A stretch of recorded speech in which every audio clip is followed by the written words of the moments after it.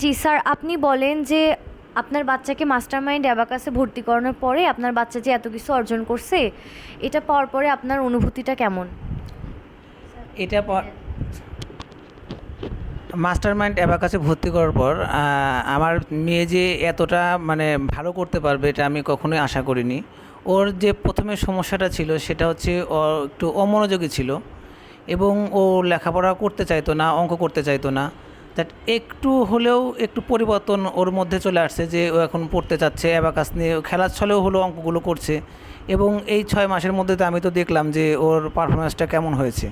আমি আশাবাদী যে মাস্টার মাইন্ড অ্যাবাকাস থেকে আমার সন্তান ভালো কিছু করতে পারবে। Thank you. আচ্ছা, এবার আপনাকে যদি বলি যে আপনি এই যে এত সুন্দর ক্রেস্ট পেয়েছেন, অ্যাওয়ার্ড অফ এক্সিলেন্স, তারপর আপনি যে লেভেল আপের ক্রেস্ট পেয়েছেন, প্লাস ভিডিও কন্টেস্টের জন্য যে আপনি এত সুন্দর একটা সার্টিফিকেট পেয়েছেন, এটার জন্য আপনার অনুভূতি কেমন? আমার খুব ভালো লেগেছে। আপনি অনেক খুশি। ইয়েস। হ্যাঁ, আপনি গর্ববোধ করেন? হ্যাঁ।